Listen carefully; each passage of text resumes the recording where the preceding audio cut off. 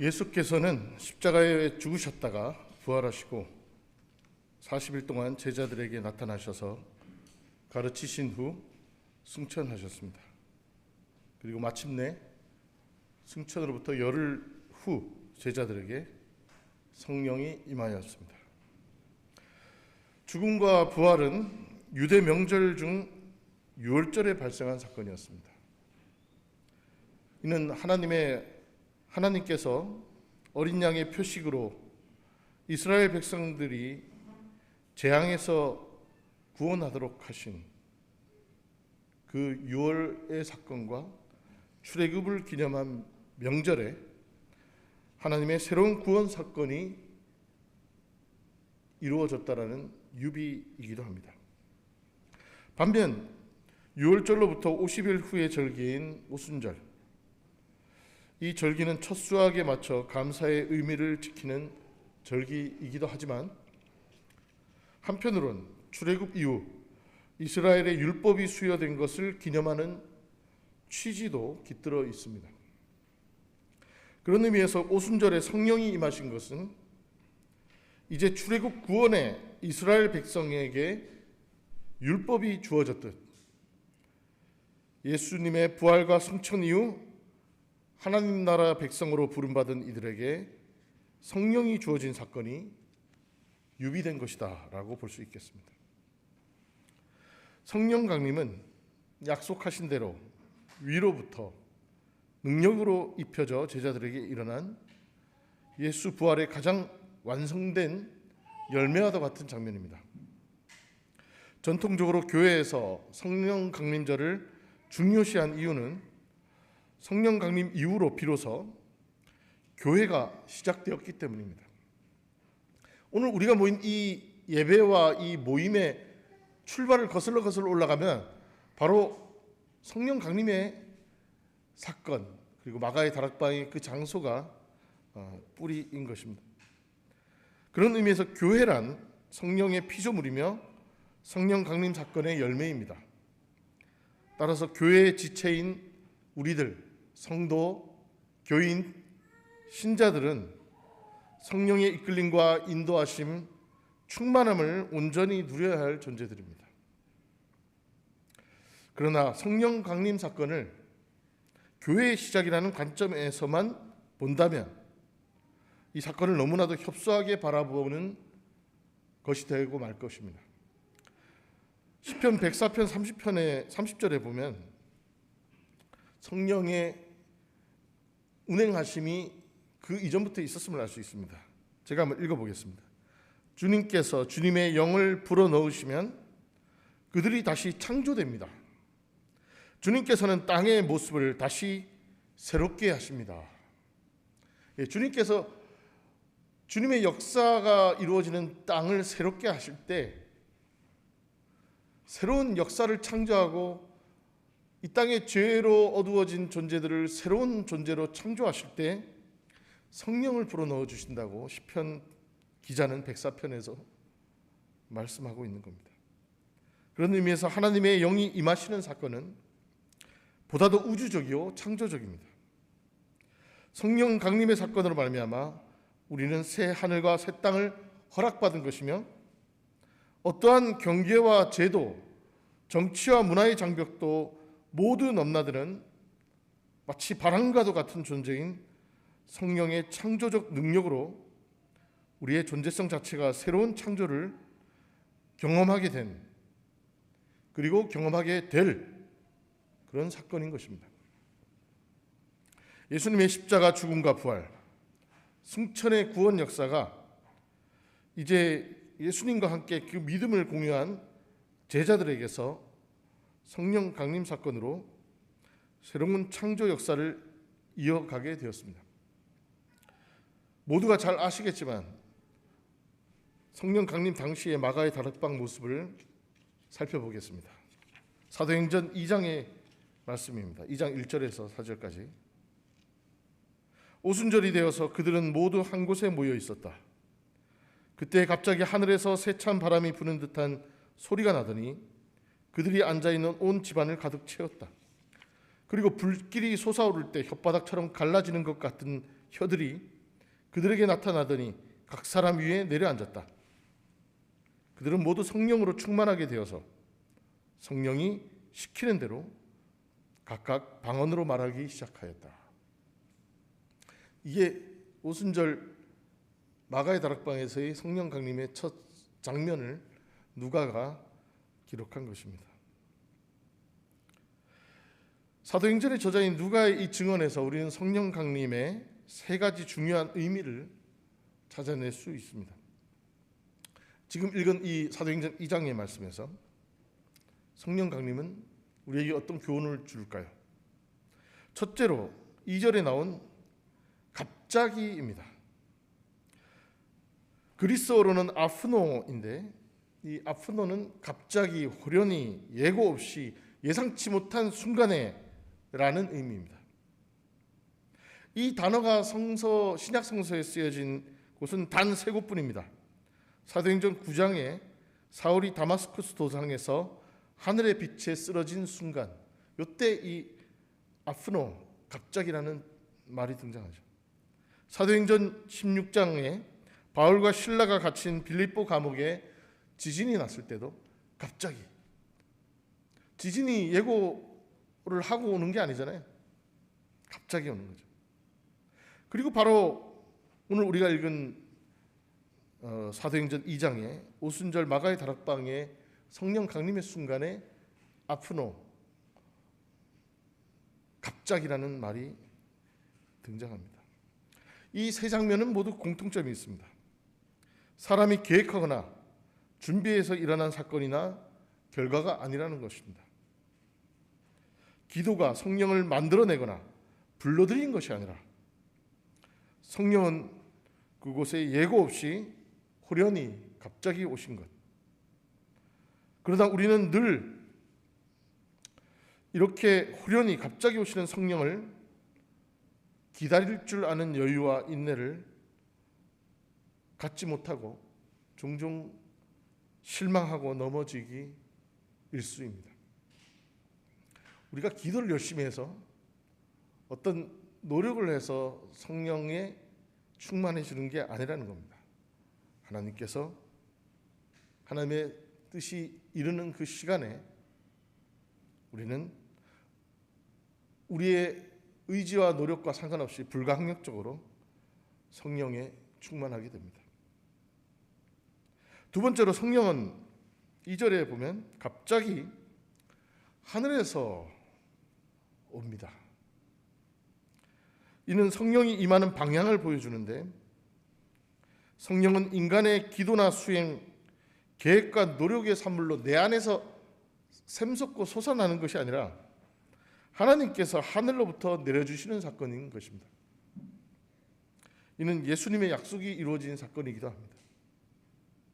그런데 우리는 늘 어떤 우리가 성령 충만했던 어떤 경험과 사건들을 재현하기 위한 여러 가지 퍼포먼스를 합니다.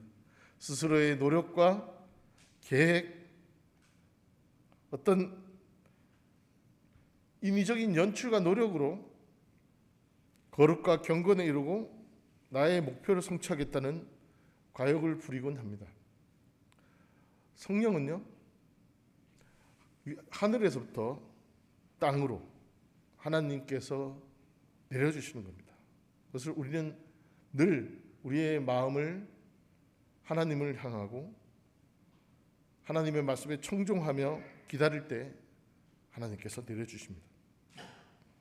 세 번째로 4절에 이렇게 갑자기 하늘로부터 임하신 성령으로 그들은 모두 충만하게 되었다라고 기록합니다.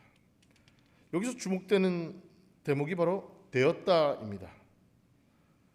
되었다라는 말은 그리스어로 에플레스 데산이라는 수동태입니다. 스스로 된 것이 아니라 되어지는 거죠. 그들이 성령을 만들었다, 생산했다가 아니고요, 성령으로 채워졌다라는 수동태입니다. 제자들은 스스로 채우는 자들이 아니라 하나님에 의해서 채워진 자들이었습니다. 그런 의미에서 하나님이 채우시는 자입니다. 그렇게 체험을 받은 후에야 비로소 제자들은 방언으로 말하기 시작합니다. 성령으로 채워짐이 먼저입니다. 말하는 것은 그 다음입니다. 그러나 우리는 늘 공허하고 텅 빈 상태에서 말하기에만 몰두하는 모습이 되곤 합니다. 빈 깡통이 요란하듯이 우리는 성령이 충만하여진 상태에서 말하고 커뮤니케이션을 시작해야 하는 것입니다. 이렇듯 성령은 갑자기 하늘에서 우리를 채워주시며 오십니다. 그런데 우리는 늘 그 성령을 내가 원하는 때에 내 노력으로 채우려고 했습니다. 마치 제가 어릴 때 저희 집은 시장통에 있어서 그냥 수돗물 틀었는데 저희 집 근처 시골에 큰 집이 있었는데 큰 집에 가면 마당이 넓었는데요. 거기 가면은 이렇게 마당에 시멘트로 만든 세면대가 있고 땅에 박혀 있는 펌프라는 게 있었습니다. 펌프 아시나요? 네. 어릴 때 저는 유치원 때는 그 펌프를 잡고 큰 엄마가 맨날 물을 뜨는 걸 보고는 따라하느라고 맨날 펌프 손잡이를 잡고 열심히 펌프질을 했습니다. 근데 물이 안 나오는 거예요. 큰 어머니는 물을 잘 뽑아 올리는데 왜 나는 아무리 힘차게 펌프질을 해도 물이 안 나올까? 나중에 알았죠. 펌프질 하기 전에 큰 어머니가 옆에 있던 양동이에서 물 한 바가지를 퍼서 펌프에다가 한 바가지를 붓고 나서 펌프질을 하시는 걸 뒤늦게 알게 되었습니다. 그 펌프에 한 바가지 붓는 물을 이르러 마중물이라고 합니다. 마중물 아시죠? 요즘 MZ 세대나 이렇게 펌프를 보지 못하고 자라신 젊은 분들은 모를 수도 있는데 이런 게 있습니다. 지금도 시골에 가면 있는지 모르겠어요. 있을 거예요. 저기 충청도나 어디 전라도 시골에 가면 지금도 산골짜기 깊숙이 들어가면 펌프가 있을 것 같습니다. 바로 이 마중물이 없이는요, 내가 아무리 노력하고 펌프질을 100번을 힘차게 해도 결코 생수는 나오지 않습니다. 바로 성령이 임하시는 것이 바로 이 마중물과 같은 겁니다. 마중물처럼 먼저 부어지기 전에는 우리의 모든 노력이 헛됨을 이 펌프, 시골의 펌프질에서 우리는 깨닫게 됩니다. 오늘 요한복음 본문에 7장 37절을 보면 예수님께서 외치신 바로 그 시기가 명절의 가장 중요한 날인 마지막 날이라고 합니다. 이 명절은 바로 초막절인데요. 이 하나님께서 이 광야에서 이스라엘 백성들을 지켜주신 그 하나님의 역사를 감사하고 기념하기 위해서 초막을 짓고 지내는 절기입니다.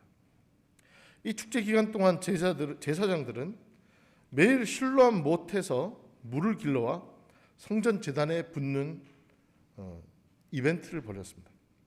과거 광야에서 모두가 목말라 죽어가고 있을 때 모세가 저 단단한 반석을 쪼개어서 물을 샘솟게 했던 그 하나님의 은혜를 기억하기 위해서, 그리고 앞으로도 이스라엘 백성에게 풍성한 비를 내려달라는 의미에서 이 초막절 마지막 날에 이 제사장들은 실로암 연못에 물을 뿌리는 의식을 웅장하게 거행합니다.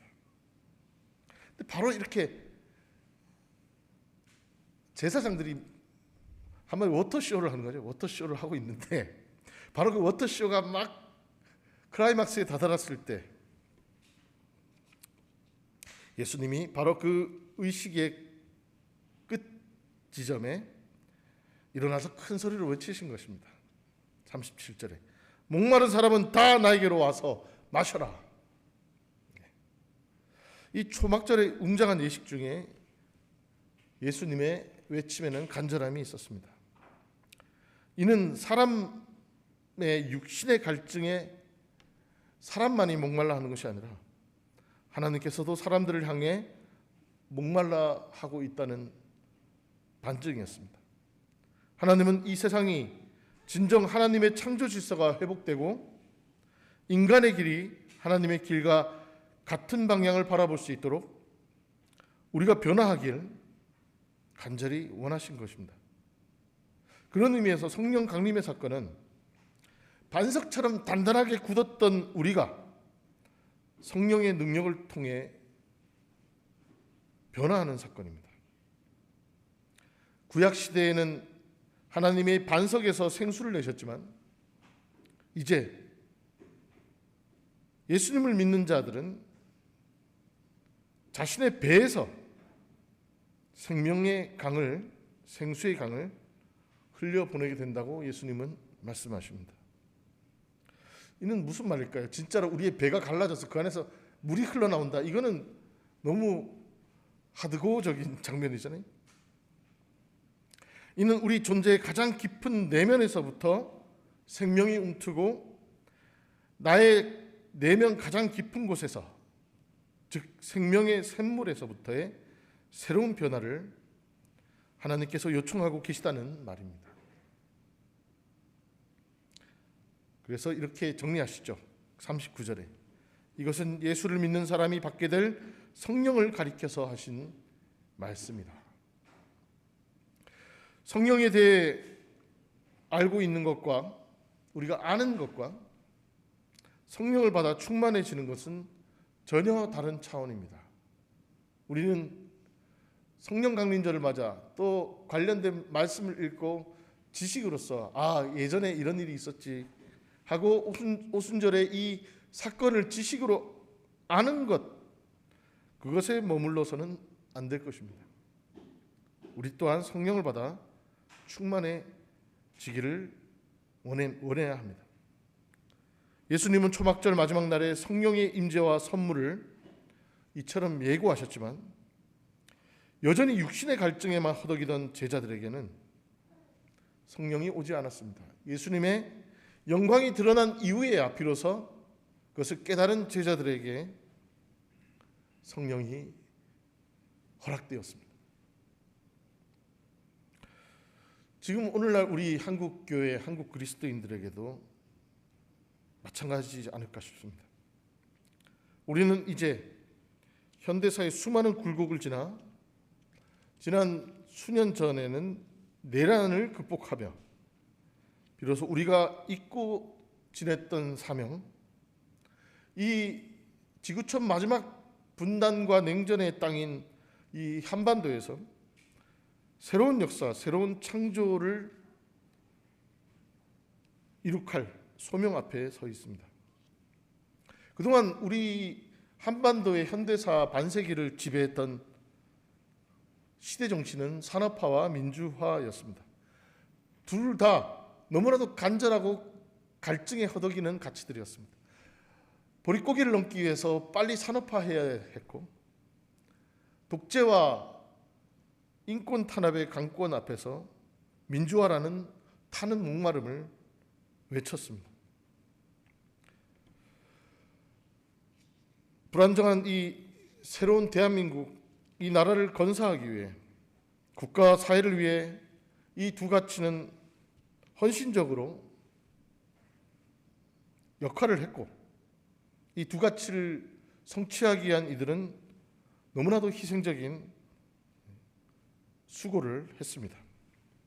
참 훌륭한 일입니다. 그러나 이제 우리가 진정 갈망하고 갈증해야 할 가치는 무엇일까요? 진정 오순절 마가의 다락방에서 하나님께서 성령을 보내셔서 이루라고 하신 하나님의 나라, 하나님의 나라의 진정 궁극적 방향은 무엇일까요? 산업화, 먹고 사는 거 해결하는 거예요? 민주화, 정치 제도를 변혁하는 거예요? 그것에 안주할 수 있을까요? 나아가 이 땅이 진정한 예수께서 가르쳐 주신 평화를 이루는 일입니다. 여전히 우리 사회는 너무나도 복잡하고 많은 갈등과 충돌이 이어지고 있습니다.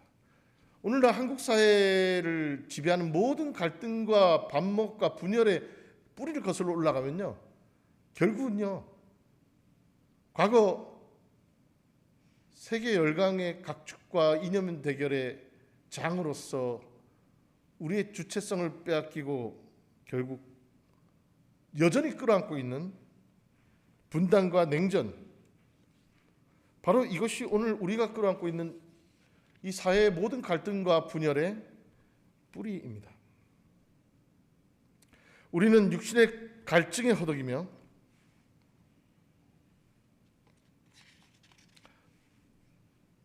그동안 우리가 놓치고 있었던 하나님 나라의 진정한 궁극의 가치를 이제 발견합니다. 그리고 이 냉전과 분단의 역사를 우리 대 극복하지 않고서는 진정으로 성령의 이끌림을 받았다 자처하기가 겸연쩍은 상황입니다. 예수님께서는 다음과 같이 말씀하셨습니다. 요한복음 3장 8절에 바람은 불고 싶은 대로 분다. 너는 그 소리를 듣지만 어디에서 와서 어디로 가는지 모른다. 성령으로 태어난 사람은 다 이와 같다. 그렇습니다. 성령에 충만한 사람들은요, 바람 같은 존재가 되는 겁니다. 모든 경계와 장벽과 담장을 훌훌 넘나드는 자유로운 존재가 됩니다. 이념, 당파성, 교리 이런 것들까지도 다 덧없어지는 성령의 새로운 시대, 새로운 창조성을 우리는 이 시대에 간절히 요청받습니다. 성령으로 마가의 다락방이 갑자기 하늘로부터 모두에게 충만하게 되었듯이 성령이 부어주시는 평화와 화해, 새로운 역사, 새로운 창조의 시대가 이제 이 땅에 열려야 할 것입니다. 서로 말이 달라가지고 불통하던 그 사람들이 이제 성령 충만해져서 각 민족과 나라의 방언으로 말하였는데도 서로가 다 상통하고 그 뜻이 이해되는 그 장면, 그것이 바로 오순절 성령 강림의 창조적 역사의 새로운 창조의 시대의 장면인 것입니다.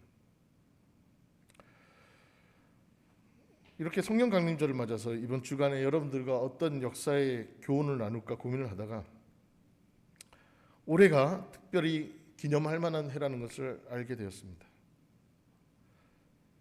장벽을 넘어 서로 다른 자리에 서 있던 동포들이 성령의 능력 안에서 화해와 일치의 역사를 모색했던 장면들, 이 땅의 한국 기독교가 한반도의 평화와 화해, 분단 극복을 위해 보였던 선구적인 노력들이 주마등처럼 지나갔습니다.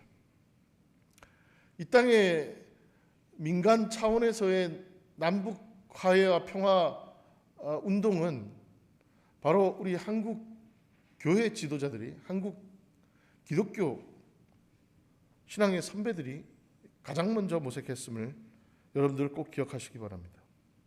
1972년 남북 간에 체결된 7.4 공동성명 이후 1970년대 남북 대화는 기독교인들 성각자 개개인의 개인적 차원으로 전개되었습니다.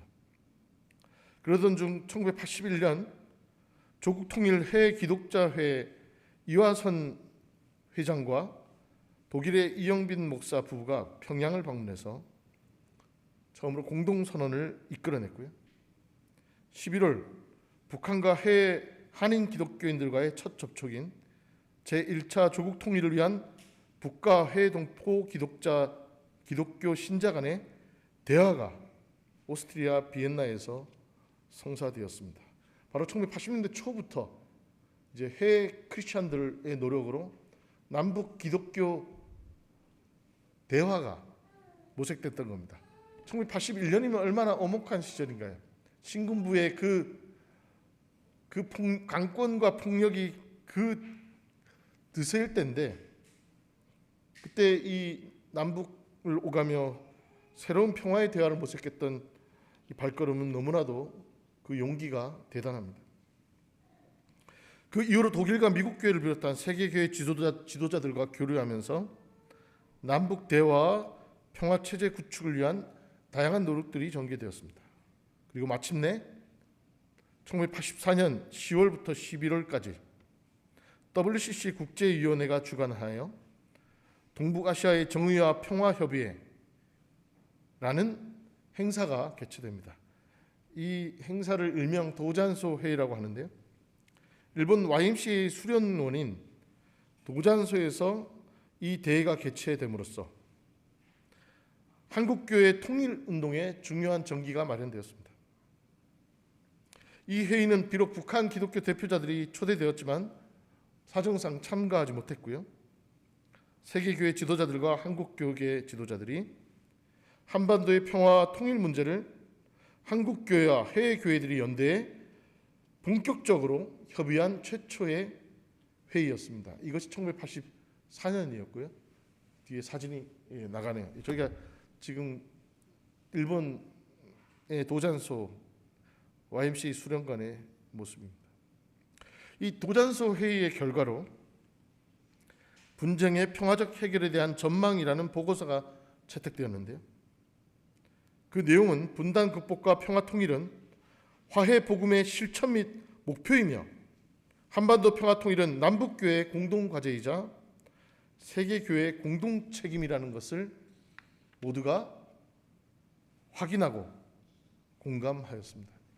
이 도잔소 회의로 말미암아서 자신감을 얻은 한국교회와 세계교회 지도자들은 마침내 1986년 9월 스위스 글리온에서 남한 NCCK 대표 6명과 북한의 조선기독교도연맹 대표 5명의 만남이 성사되었습니다.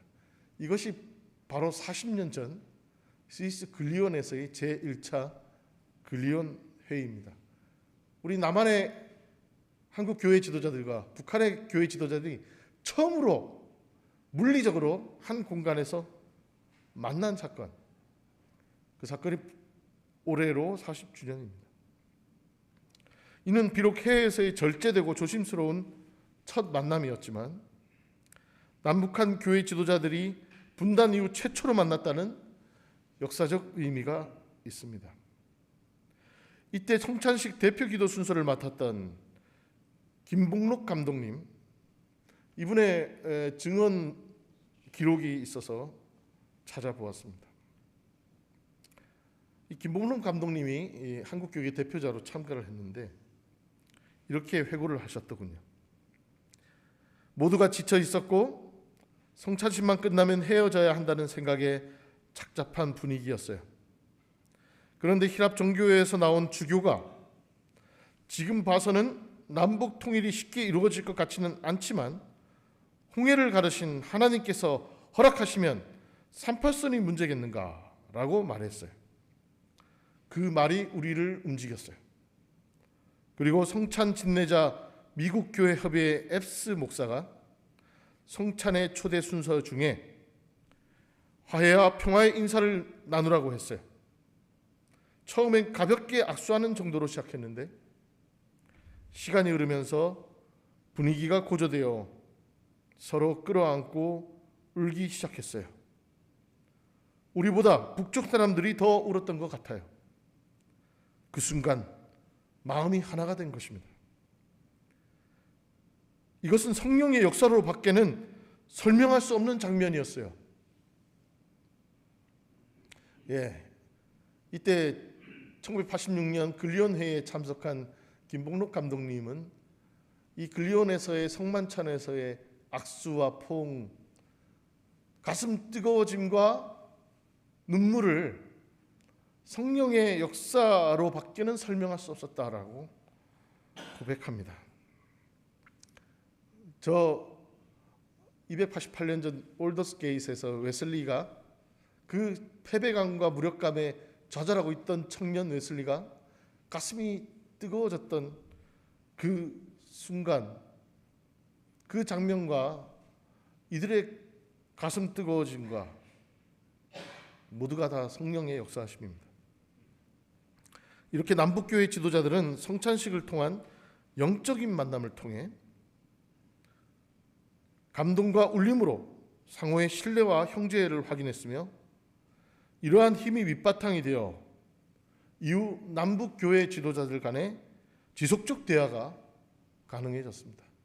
그저 의례적이고 형식적인 만남으로 악수만 하고 스쳐 지나갔으면 이것이 지속되기 어렸을 테지만, 성만찬에서의 그 끌어안음 속에서 가슴 뜨거워지는 그 울림이 이후에 남북 기독교의 대화를 지속하는 원동력이 되었던 것입니다.